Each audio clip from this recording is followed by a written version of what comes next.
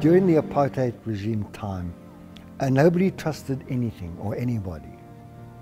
But the church, and particularly the Catholic and Anglican, they were seen clearly to be against the system, and they were trusted. And I think that has been a very powerful thing, that even today people trust the church somehow.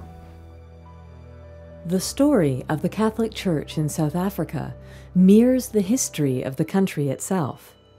Starting out as a barely tolerated presence for a small population of Catholic European immigrants, to becoming a mission church today for 3 million black South Africans who, despite their liberation in the early 1990s from apartheid, still mostly live in rural and urban squalor.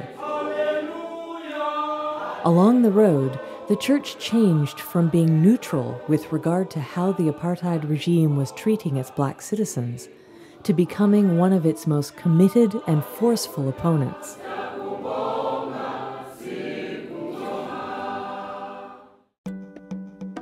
Perhaps no one is more central to the story of how all this happened than Archbishop Dennis Hurley. The most important thing about Archbishop Hurley is that he was bishop here in Durban for 45 years, which is an extraordinarily long time, and covered more or less the whole time of apartheid. He became a bishop in 1947. The National Party came to power that year.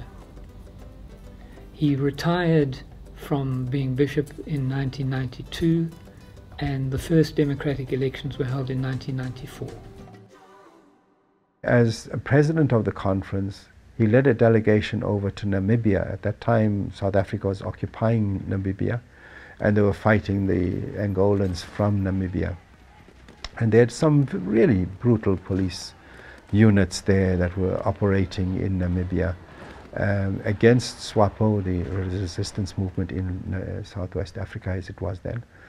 And Hurley led this delegation to go and find out what exactly was going on, what the South African government and its troops and other agencies were doing in that country, composed a report and published it.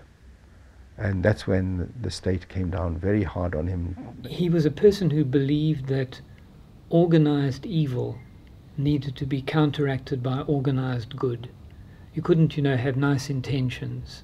You had to set up organizations and structures which would, in a systematic way, tackle the evils that we were talking about, the legislated apartheid, and keep the government on their toes and keep them, give them a tough time, whenever possible. And he was very courageous. Archbishop Hurley not only led his church to stand up to apartheid, but he gave it a permanent mission to be on the side of justice. Like many of his fellow Catholics, there would be a precise moment of conversion. He was a human being who began as a racist young white boy, and he admitted that and acknowledged that, and grew gradually to see the evil of apartheid. And while he was studied overseas, it hit him with a shock one day to realize that this system that he had grown up with and taken for granted, it struck him as there's something radically wrong here. Why am I, because I'm a different color, given more rights than somebody who's got another color? And he underwent that conversion process while he was away from the situation. By the time he became bishop, 1947, I think he was ordained a bishop. He was a young age of 34, something like that. He was already coming in with a different vision and a different message. And the other bishops, fortunately, understood the language and got in with him. And that's how I think the church's position at that early stage was put into place. He gradually saw that he needed to identify very closely with poor people and be in solidarity with those who were fighting against apartheid, and going out to see problems of oppression and actually just being there and bringing his presence as a comfort to people, as a strength to them, and to give them courage. When the government said that all institutions should be segregated along racial lines, the church refused to segregate the pupils in its schools. A little late in terms of the history, since the church was established here in the 1800s, but almost 100 years down the road, they began to oppose violently this apartheid system.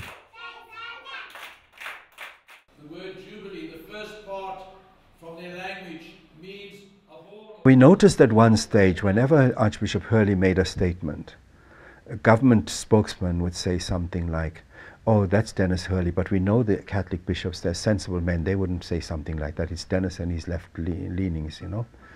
So we said to her at a session of the Bishops' Conference, "We would like you now to be our spokesman, and whenever you speak as president of the conference and not as Dennis Hurley, Archbishop of Durban." It was a planned thing that we would speak as a church rather than as one charismatic individual.